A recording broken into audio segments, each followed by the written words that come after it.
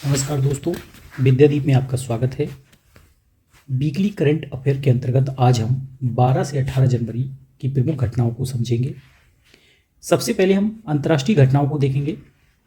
पहला क्वेश्चन है, हाल ही में प्रसिद्ध फिल्म निर्माता बेला तार का निधन हुआ भी किस देश से संबंधित थे? तो इसका सही आंसर है हंगरी। कुछ और भी इंपॉर्टेंट पॉइंट देखते हैं कि हंगरी के विश्वविख्यात फिल्म निर्माता बेला तार का 70 वर्ष की आयु में निधन हो गया। उन्हें सिलो सिनेमा का अग्रदूत कहा जाता था। अब दोस्तों दिमाग में आता है कि सिलो सिनेमा क्या होता है।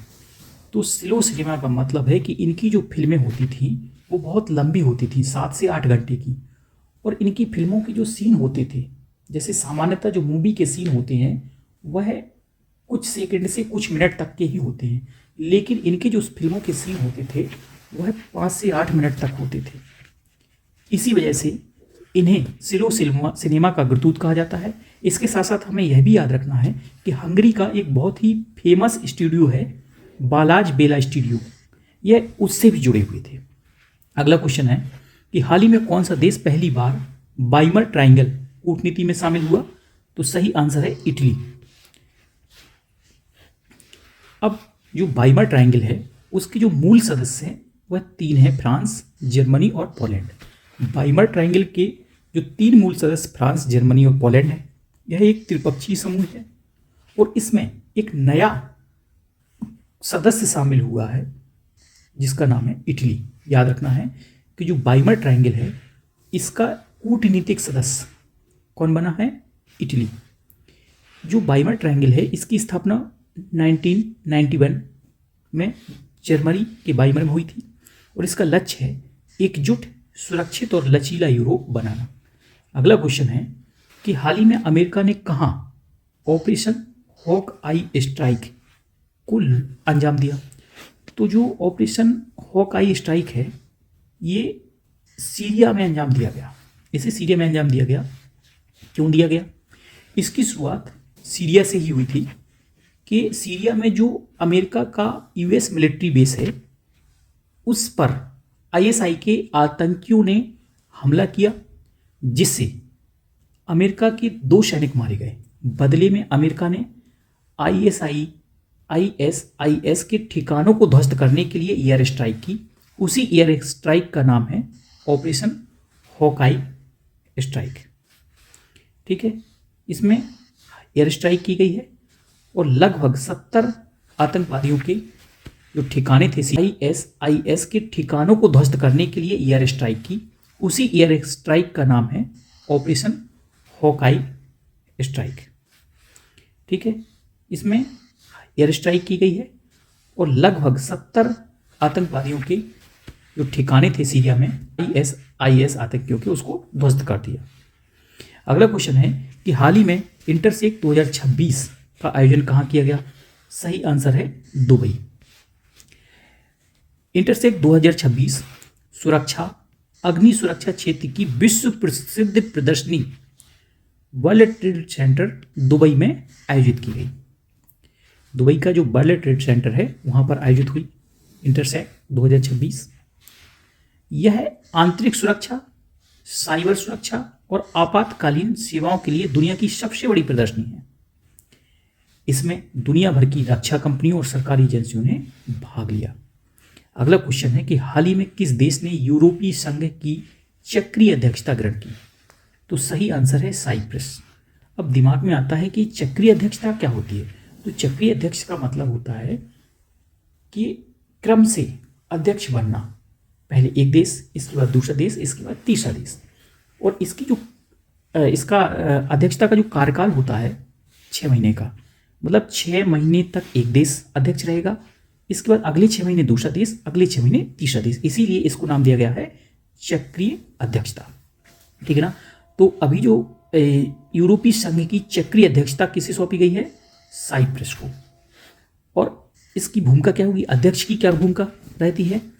तो इस दौरान साइप्रस यूरोपीय संघ परिषद की बैठकों की अध्यक्षता और एजेंडा तय करेगा। अगला क्वेश्चन है कि हाल ही में अमेरिका ने किस देश के साथ व्यापार करने वाले देशों पर 25% टैरिफ लगाया है? तो ईरान। अमेरिका ने घोषणा की है कि जो भी देश ईरान के साथ व्यापार करेंगे हम उन पर 25% शुल्क लगाएंगे। कारण क्या है, क्यों लगाया भाई? ईरान पर दबाव बनाने और अमेरिकी व्यापारिक संप्रभुता सुनिश्चित करने के लिए अमेरिका ने यह कदम उठाया है। हेनली पासपोर्ट इंडेक्स 2026 में भारत की रैंक क्या है? तो भारत की 2026 में रैंक है 80, जबकि 2025 में कितनी थी? 85। यानी कि भारत ने 5 रैंक का सुधार किया। ठीक है ना। अब यदि किसी व्यक्ति के पास भारत का पासपोर्ट है तो वह 55 देशों में वीजा फ्री यात्रा कर सकता है, मतलब उसको वीजा की जरूरत नहीं है। और जो हेनले पासपोर्ट्स इंडेक्स में पहला स्थान प्राप्त किया है सिंगापुर ने, जबकि दूसरा स्थान प्राप्त किया है जापान ने। पहला सिंगापुर, दूसरा जापान। भारत का 80वां, जबकि 2025 में भारत का स्थान था 85वां। 5 अंक का सुधार किया। और जिस व्यक्ति के पास भारत का पासपोर्ट है वह 55 देशों में वीजा फ्री यात्रा कर सकता है। अगला क्वेश्चन है कि हाल ही में किस संगठन ने वैश्विक जल रिपोर्ट 2026 जारी की है? तो वैश्विक जल रिपोर्ट 2026 जारी की यूनेस्को ने। किसने जारी की? यूनेस्को ने। तो यूनेस्को ने वैश्विक जल रिपोर्ट 2026 जारी की। रिपोर्ट में जल संकट और सतत जल प्रबंधन यानी कि सस्टेनेबल वाटर मैनेजमेंट पर जोर दिया गया है। अब भाई दिमाग में आता है कि सस्टेनेबल वाटर मैनेजमेंट क्या है?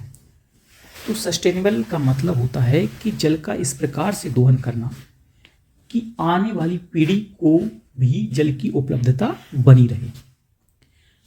इसमें विकासशील देशों में जल की उपलब्धता की चुनौतियों को रेखांकित किया गया।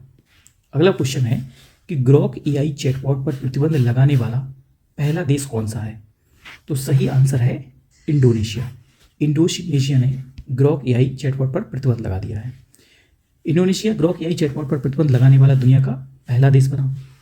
अब जो ग्रॉक एआई है ये एलन मस्क की कंपनी XAI द्वारा विकसित किया गया है। क्यों लगाया भाई प्रतिबंध? तो प्रतिबंध इसलिए लगाया योने डीपफेक्स और मानवाधिकारों के उल्लंघन के खतरे को देखते हुए। अब यौन डीपफेक्स क्या होता है? तो डीपफेक का मतलब है कि भाई इसके माध्यम से हम किसी भी व्यक्ति की इमेज किसी भी प्रकार की बना सकते थे। दूसरी बात, किसी भी व्यक्ति से कुछ भी बुलवा सकते थे। मतलब हम किसी दूसरे की भाषा में, आपको पता ही नहीं लगेगा कि कौन बोल रहा है, आपको लगेगा कि बिल्कुल मोदी जी बोल रहे हैं, या कोई किसी भी भाषा में बोल सकता है। किसी भी प्रकार की तस्वीर बनाई जा सकती है। अब यहाँ पे आया मानवाधिकारों के उल्लंघन के खतरे। तो भाई इसमें मानवाधिकारों का उल्लंघन कैसे हुआ? मानवाधिकारों का उल्लंघन ऐसे हुआ कि भाई हमें अधिकार है, हमें अपनी प्राइवेसी का, हमें अपने सम्मान का अधिकार है।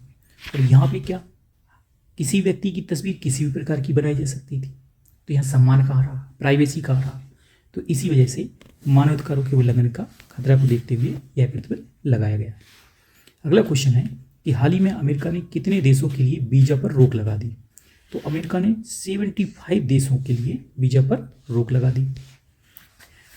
अमेरिका ने पाकिस्तान समेत 75 देशों से आने वाले लोगों के लिए इमिग्रेंट वीजा प्रोसेसिंग पर अनिश्चितकालीन रोक लगाने का ऐलान किया।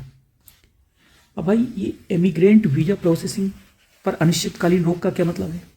मतलब दूसरे देशों के लोग जो परमानेंटली अमेरिका में निवास करना चाहते थे, उन्होंने अपने डॉक्यूमेंट वहाँ दे दिए थे प्रोसेसिंग के लिए, तो उस पर रोक लगा दी। उनके डॉक्यूमेंट्स पर आगे की कोई कार्रवाई नहीं होगी अनिश्चित काल के लिए। ठीक है ना। अब ऐसा क्यों किया? तो अमेरिकी प्रशासन का मानना है कि इन देशों के प्रवासी अमेरिकी लोक कल्याणकारी योजनाओं पर वित्तीय बोझ बनते हैं। नई अमेरिकी नीति के अनुसार प्रवासियों को वित्तीय रूप से आत्मनिर्भर होना चाहिए, तभी वह अमेरिका में रह सकते हैं। ठीक है ना। अगला क्वेश्चन, हाल ही में किस देश में जन्म की तुलना में मृत्यु अधिक दर्ज की गई?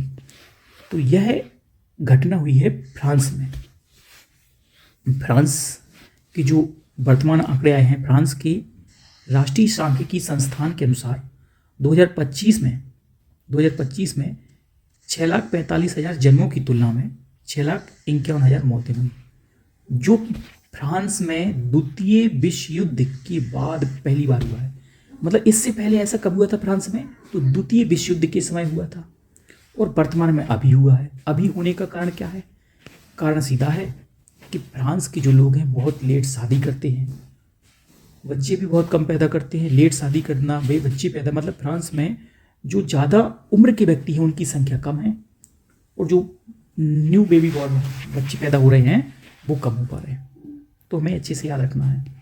अगला क्वेश्चन है कि राष्ट्रमंडल देशों के अध्यक्षों और पीठासीन अधिकारियों का 28वां सम्मेलन कहाँ आयोजित किया गया? तो सही आंसर है नई दिल्ली में। राष्ट्रमंडल देशों के अध्यक्षों का 28वां सम्मेलन नई दिल्ली में आयोजित किया गया, और इसकी जो अध्यक्षता की वो की लोकसभा अध्यक्ष ओम बिरला। तो हमारी लोकसभा के अध्यक्ष हैं ओम बिरला जी, उन्होंने अध्यक्षता की है। इसका मुख्य विषय क्या थे? तो सदन में एआई का उपयोग, सोशल मीडिया प्रभाव और लोकतांत्रिक मजबूती। इसमें 60 से अधिक देशों के पीठासीन अधिकारियों ने हिस्सा लिया। अब हम नेशनल करंट अफेयर को पढ़ेंगे, राष्ट्र की जो प्रमुख घटनाएं हैं उनको देखेंगे। हाल ही में उपराष्ट्रपति सीपी राधाकृष्णन ने कहाँ भारतीय भाषाओं पर अंतर्राष्ट्रीय सम्मेलन का उद्घाटन किया? तो सही आंसर है नई दिल्ली। नई दिल्ली में भारतीय भाषाओं पर तीसरे अंतर्राष्ट्रीय सम्मेलन का आयोजन किया गया। इसमें देश विदेश के विद्वानों और भाषा विशेषज्ञों ने हिस्सा लिया। उपराष्ट्रपति के अनुसार भाषा केवल संवाद नहीं बल्कि संस्कृति और ज्ञान की आधारशिला है। तो हमें याद रखना है कि कहाँ पे हुआ था आयोजन? नई दिल्ली में। अगला क्वेश्चन है कि हाल ही में मध्य प्रदेश और किस राज्य ने वन्यजीव विनिमय समझौते पर हस्ताक्षर किए? सही आंसर है असम। मध्य प्रदेश और असम के बीच वन्य जीवों के आदान प्रदान पर सहमति हुई। अब भैया इसमें क्या सहमति बनी? सहमति ये बनी कि जो असम है वह मध्य प्रदेश को 50 जंगली भैंसे, एक जोड़ा एक सींग वाला गैंडा और 3 मादा कोबरा देगा, और बदले में मध्य प्रदेश असम को क्या देगा? तो 1 जोड़ा बाघ और 6 मगरमच्छ प्रदान करेगा। भाई यह जो विनिमय है क्यों किया जा रहा है? तो मध्य प्रदेश में विलुप्त हो चुकी जंगली भैंसों को पुनर्जीवित करने के लिए और जैव विविधता को बढ़ाने के लिए। अब यहाँ पे एक शब्द आया है जैव विविधता। तो जैव विविधता क्या होता है? किसी क्षेत्र विशेष में जीव जंतुओं और पेड़ पौधों की प्रजातियों को बोला जाता है जैव विविधता। जिस क्षेत्र में जितनी ज़्यादा प्रजातियाँ होंगी पेड़ पौधों की या जीव जंतु की, वहाँ की जैव विविधता अधिक, और जहाँ पर कम होगी वहाँ की कम। तो जैव विविधता को बढ़ाने के लिए मध्य प्रदेश में विलुप्त हो चुकी जंगली भैंसों को पुनर्जीवित करने के लिए यह विनिमय किया गया असम और मध्य प्रदेश के बीच में। अगला क्वेश्चन है कि पुस्तक अग्नि सरसुलो बिकपिंतिचिना कमलम किसके जीवन पर आधारित है? तो यह द्रौपदी मुर्मू, जो हमारी महामहिम राष्ट्रपति हैं द्रौपदी जी, उनके जीवन पर आधारित है, और यह तेलुगु भाषा में लिखी गई है। और इसका जो शीर्षक है उसका हिंदी में अर्थ है आग के तालाब में खिला हुआ कमल। आग के तालाब में खिला हुआ कमल। इस पुस्तक के जो लेखक हैं पूर्व सांसद और विश्व हिंदी परिषद के अध्यक्ष यार लगड्डा लक्ष्मी प्रसाद है। यार लगड्डा लक्ष्मी प्रसाद पहले सांसद भी रहे और विश्व हिंदी परिषद के अध्यक्ष भी है। अच्छा, इसमें सबसे जो जरूरी बात है वो यह है कि इसका विमोचन किसी राजनेता ने या किसी पदाधिकारी ने नहीं किया। इसका जो विमोचन किया गया वह जो एक सफाई कर्मी है, आंध्रा विश्वविद्यालय की जो सफाई कर्मी है लक्ष्मा, इन्होंने किया। आप इमेज में देख पा रहे होंगे कि इसका जो विमोचन किया वो सफाई कर्मी ने किया। इसमें द्रौपदी मुर्मू के जीवन से लेकर राष्ट्रपति धर्मांतरण तक के सफर का वर्णन है। अगला क्वेश्चन है कि हाल ही में ब्रिक्स 2026 शिखर सम्मेलन की मेजबानी कौन सा देश करेगा? तो सही आंसर है भारत। 2026 में जो ब्रिक्स शिखर सम्मेलन हो रहा है उसकी मेजबानी भारत को सौंपी गई है। अब भारत के जो विदेश मंत्री हैं एस जयशंकर प्रसाद, इन्होंने जो ब्रिक्स का लोगो है और जो थीम है उसे लॉन्च किया है। लोगो क्या है?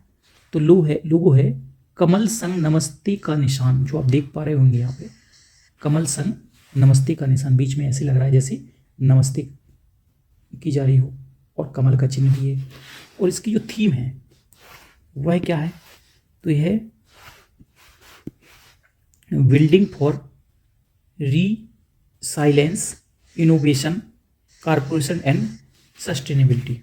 Building for resilience, innovation, corporation and sustainability.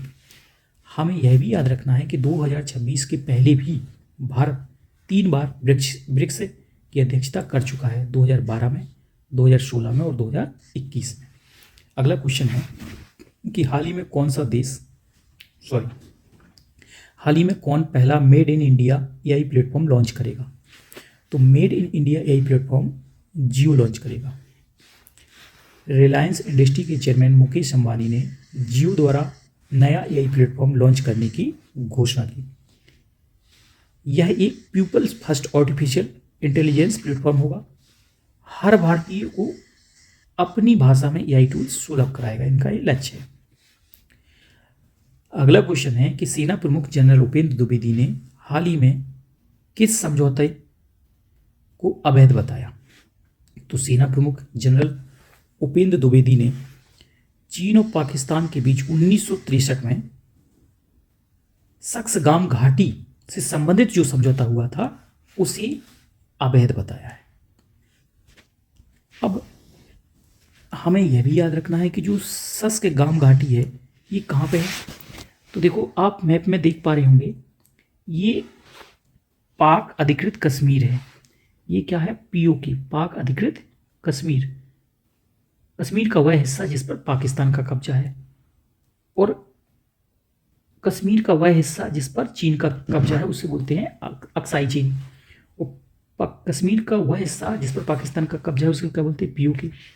और ये रेड कलर से आप देख रहे हैं, ये वाला, ये है सक्सगाम घाटी।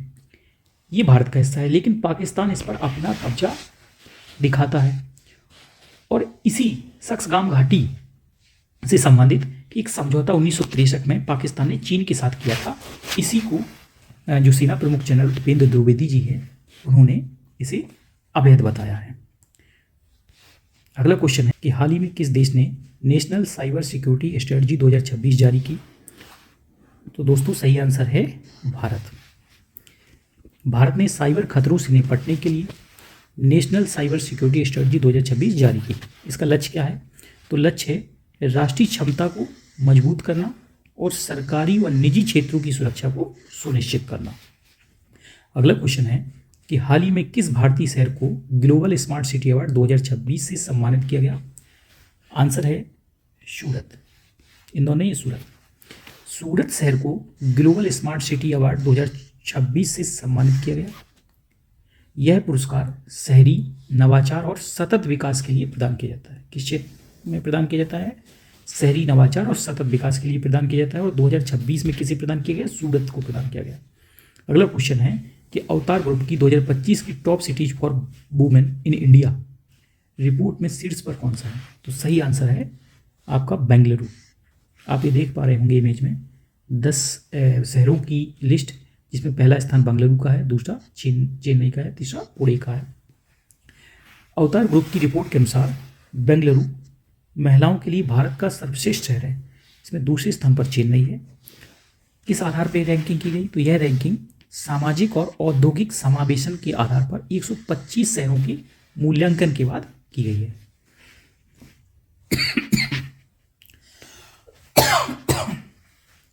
परम शक्ति सुपर कंप्यूटर किस संस्थान में लॉन्च किया गया। सही आंसर है आईआईटी मद्रास। परम शक्ति सुपर कंप्यूटर आईआईटी मद्रास में लॉन्च किया गया है, यानी कि स्टेब्लिश किया गया है। ठीक है, तो परम शक्ति सुपर कंप्यूटर आईआईटी मद्रास में स्टेब्लिश किया गया है। अब यह किस मिशन के अंतर्गत स्टेब्लिश किया गया, तो हमें यह भी याद रखना है। तो इसे राष्ट्रीय super computing mission, national super computing mission के तहत पूरी तरह से विकसित किया गया है।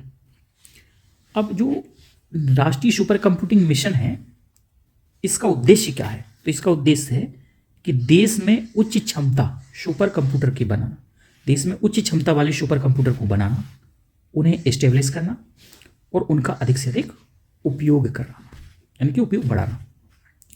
अब जो परम शक्ति सुपर कंप्यूटर एस्टेब्लिश किया गया है IIT मद्रास में, इसकी जो क्षमता है वो है 3.1 पेटा फ्लॉप्स।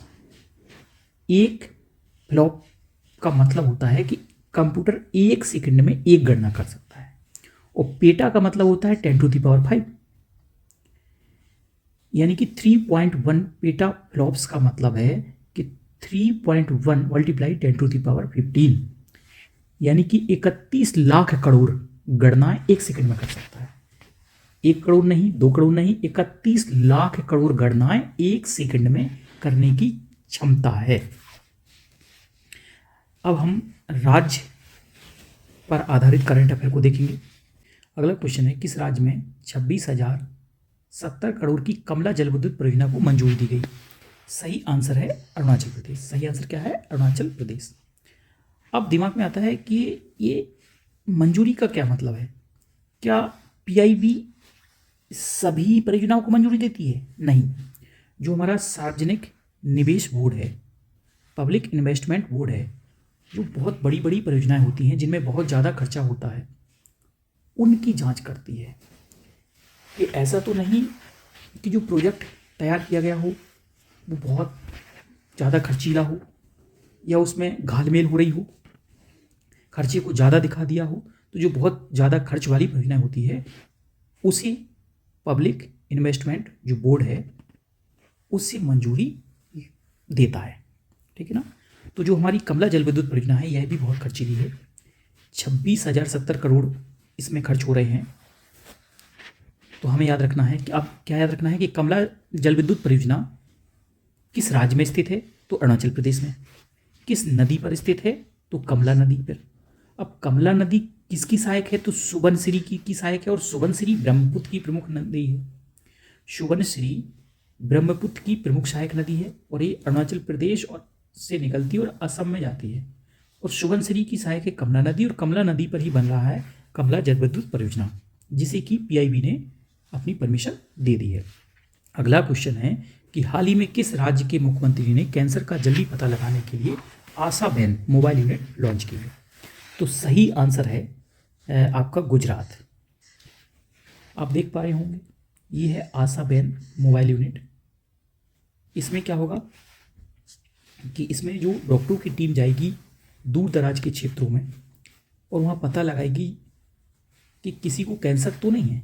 इसका उद्देश्य क्या है कि अगर कैंसर का पता फर्स्ट स्टेज में ही लग जाएगा तो उसका उपचार किया जा सकता है। अगर अंतिम स्टेज में पता लगा तो फिर उपचार करना पाना मुश्किल हो जाता है। तो याद रखना है कि आशा बैन मोबाइल यूनिट की शुरुआत गुजरात में की गई। गुजरात में कहाँ? तो मुख्यमंत्री भूपेंद्र पटेल ने इसका उद्घाटन गांधीनगर में किया। गुजरात में भी गांधीनगर में इसकी शुरुआत की गई। इसका लक्ष्य क्या है? तो अभी बताया, ग्रामीण और दूर दराज के क्षेत्रों तक स्वास्थ्य सेवाएं पहुंचाना और कैंसर का प्रारंभिक स्तर पर पता लगाना, मतलब फर्स्ट स्टेज में ही पता लगाना। अगला क्वेश्चन है कि भारत का पहला बायो हैप्पी जिला कौन सा बना? तो सही आंसर है KE पन्यूर।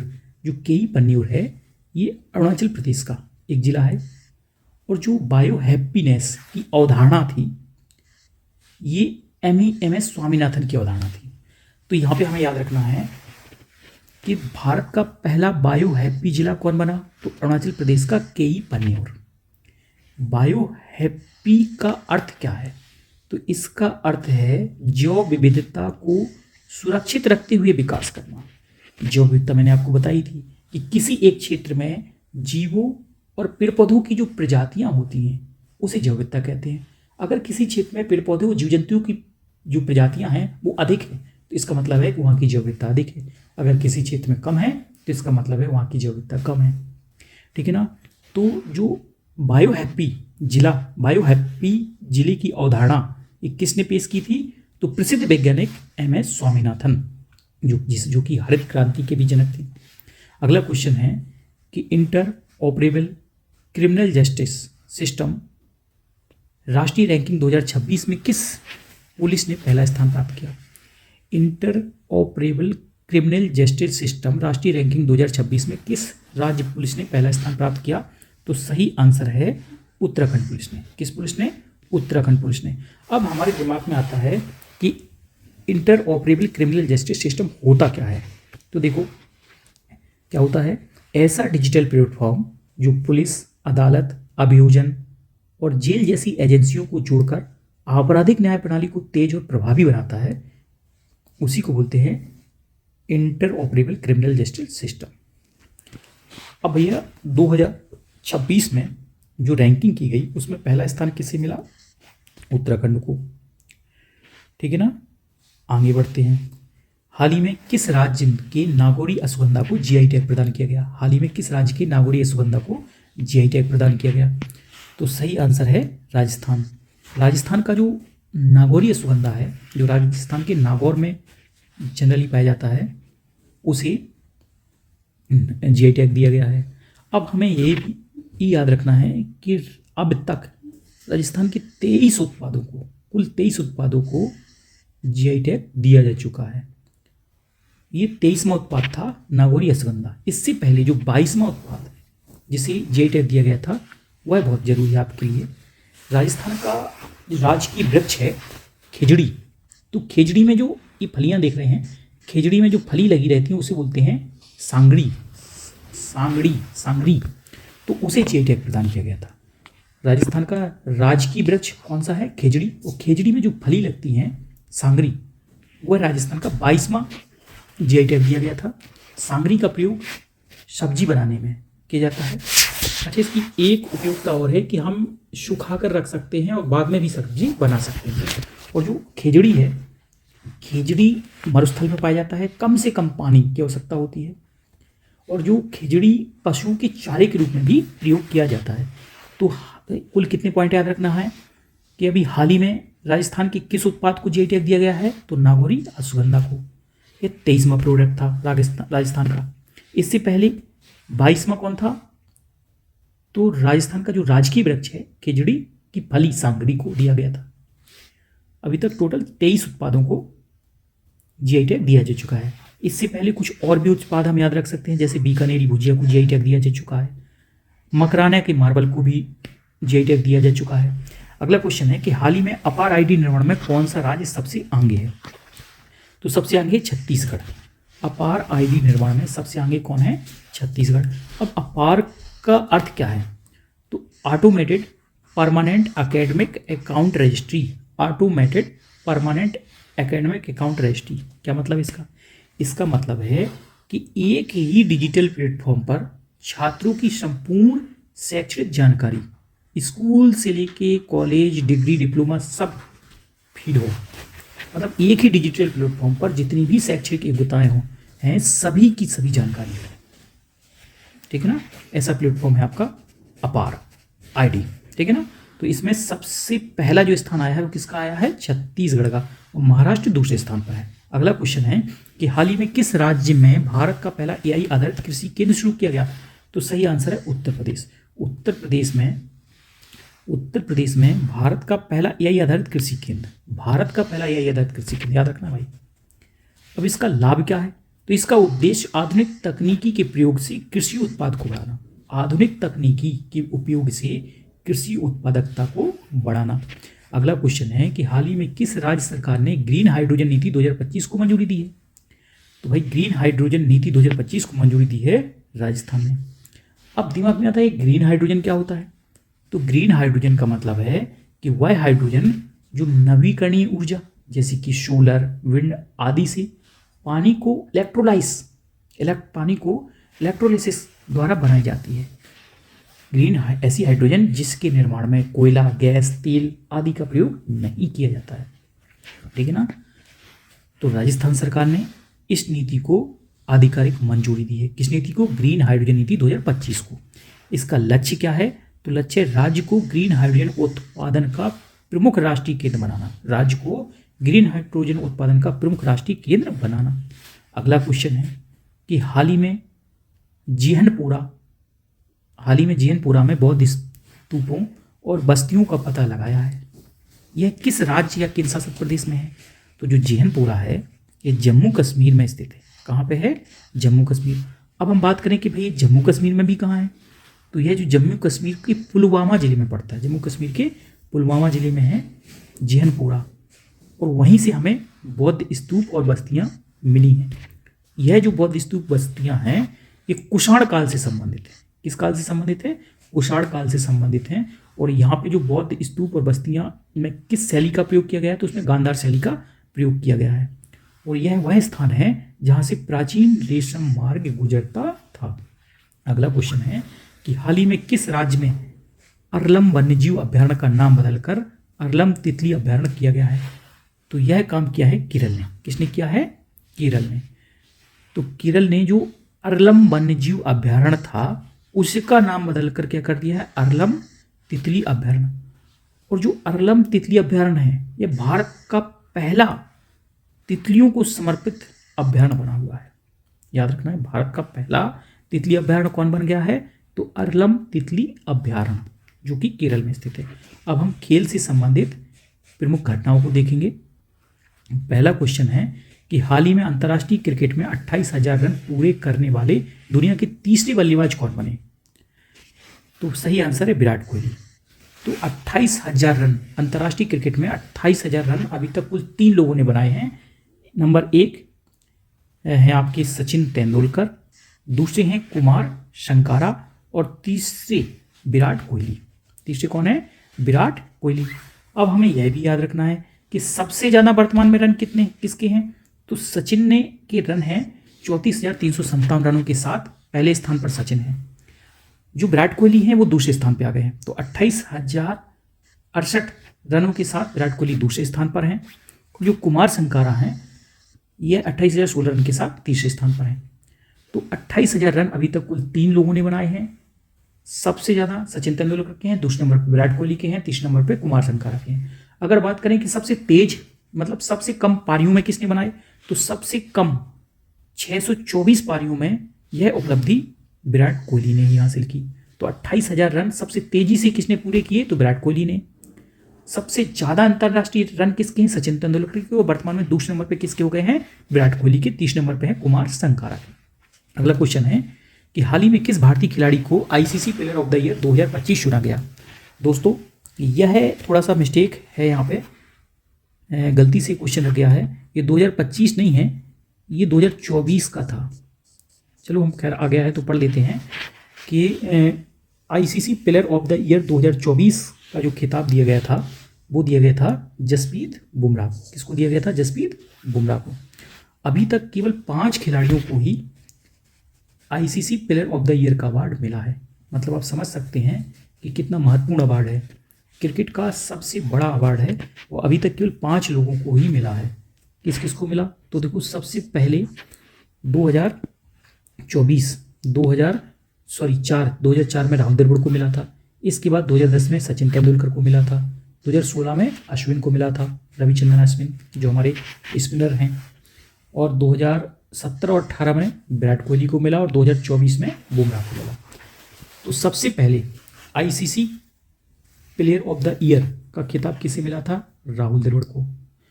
2 बार अभी तक केवल एकमात्र खिलाड़ी भारत की जिसे 2 बार मिला है तो वो है विराट कोहली। और बुमराह भारत के पहले तेज गेंदबाज हैं जिन्हें ICC player of the year का अवार्ड मिला था। और अश्विन भारत के पहले स्पिनर हैं जिन्हें ICC player of the year का अवार्ड मिला था। तो ये हमें याद रखना है। अगला क्वेश्चन है कि हाल ही में किस देश की महिला क्रिकेटर एलिसा हेली ने अंतर्राष्ट्रीय क्रिकेट के सभी प्रारूपों से संन्यास की घोषणा की? तो यह ऑस्ट्रेलिया की दिग्गज कप्तान है जिन्होंने 1-2 नहीं बल्कि 8 वर्ल्ड कप अपनी टीम को जिताए हैं। 6 20 वर्ल्ड कप और 2 वनडे वर्ल्ड कप। तो हमें याद रखना है कि जो ऑस्ट्रेलिया की महिला क्रिकेट टीम की जो कप्तान है एलिसा हेली, इन्होंने संन्यास की घोषणा की। और यह घोषणा की कि मार्च 2026 में भारत के साथ जो सीरीज है उसके बाद संन्यास लेंगी। मार्च 2026 तक खेलेंगी, ठीक है ना। एलिसा हेली कौन है? तो ऑस्ट्रेलिया क्रिकेट टीम की एक सफल विकेट कीपर बल्लेबाज हैं। और ये जो ऑस्ट्रेलिया के पुरुष क्रिकेटर हैं मिचेल स्टार्क, तेज गेंदबाज, उनकी पत्नी भी हैं। अगला अब हम पुरस्कार और सम्मान से संबंधित प्रश्नों को देखेंगे। पहला क्वेश्चन है कि हाल ही में भारतीय सेना की किस महिला अधिकारी को संयुक्त राष्ट्र महासचिव पुरस्कार 2025 से सम्मानित किया गया? आंसर है मेजर स्वाति शांता कुमार। मेजर स्वाति शांता कुमार। भारतीय सेना की मेजर स्वाति शांता कुमार को संयुक्त राष्ट्र महासचिव पुरस्कार 2025 प्रदान किया गया। यह सम्मान उन्हें लैंगिक समावेशी शांति स्थापना में उत्कृष्ट योगदान के लिए मिला है। वे वर्तमान में दक्षिण सूडान में संयुक्त राष्ट्र मिशन में अपनी सेवाएं दे रही हैं। उनका कार्य समावेशी नेतृत्व, महिलाओं की भागीदारी और दीर्घकालिक शांति मजबूती करने का संदेश देना है। अगला क्वेश्चन है कि हाल ही में इटली ने गोवा के किस उद्योगपति को प्रतिष्ठित नागरिक पुरस्कार से सम्मानित किया? तो सही आंसर है श्रीनिवास डेम्पो। श्रीनिवास डेम्पो। इटली ने गोवा के प्रसिद्ध उद्योगपति श्रीनिवास डेम्पो को अपना सर्वोच्च नागरिक पुरस्कार प्रदान किया है। अब क्यों प्रदान किया है? तो यह सम्मान भारत इटली द्विपक्षीय सहयोग, व्यापार और संस्कृति को बढ़ावा देने में उनकी भूमिका के लिए प्रदान किया गया है। अगला क्वेश्चन है कि भारतीय मूल की गणितज्ञ नलिनी जोशी को ऑस्ट्रेलिया की किस राज्य का साइंटिस्ट ऑफ द ईयर 2025 चुना गया है? तो सही आंसर है New South Wales. New South Wales. तो हमें याद रखना है कि भारतीय मूल की गणितज्ञ नलिनी जोशी को वर्ष 2025 के लिए न्यू साउथ वेल्स का साइंटिस्ट ऑफ द ईयर पुरस्कार दिया गया है। अच्छा, यहाँ पे हमें यह भी याद रखना है कि नलिनी जोशी यह सम्मान पाने वाली पहली महिला गणितज्ञ। नलिनी जोशी यह सम्मान पाने वाली पहली महिला गणितज्ञ हैं और न्यू साउथ वेल्स का यह सबसे प्रतिष्ठित सम्मान है। अगला क्वेश्चन है कि गोल्डन ग्लोब अवार्ड 2026 में सर्वश्रेष्ठ फिल्म ड्रामा का अवार्ड किसे मिला? ड्रामा श्रेणी में सर्वश्रेष्ठ फिल्म का अवार्ड किसे मिला? तो सही आंसर है हैमलेट। सही आंसर क्या है? हैमलेट। हम गोल्डन ग्लोब अवार्ड से संबंधित कुछ और भी पॉइंट देखेंगे। गोल्डन ग्लोब अवार्ड 2026 ये 83वें नंबर की थी और इसमें ड्रामा श्रेणी में सर्वश्रेष्ठ फिल्म का अवार्ड किसे मिला? हैमलेट को मिला है। इनका आयोजन, गोल्डन ग्लोब अवार्ड का आयोजन कैलिफोर्निया यूएसए में 11 जनवरी 2026 को किया गया था। सर्वाधिक पुरस्कार one battle after another, one battle after another को मिले हैं सर्वाधिक 4 पुरस्कार। अब अगर हम ये बात करें कि ड्रामा श्रेणी में सर्वश्रेष्ठ फिल्म का अवार्ड तो मिला हैमलेट को, लेकिन बेस्ट म्यूजिक और कॉमेडी श्रेणी में यह अवार्ड मिला है वन बैटल आफ्टर अनदर को। सर्वश्रेष्ठ निर्देशक का पुरस्कार मिला है पॉल थॉमसन एंडरसन। किस मूवी के लिए? तो वन बैटल आफ्टर अनदर के लिए। सर्वश्रेष्ठ अभिनेता का जो अवार्ड मिला है ड्रामा श्रेणी में वो मिला है वैगनर मौरा।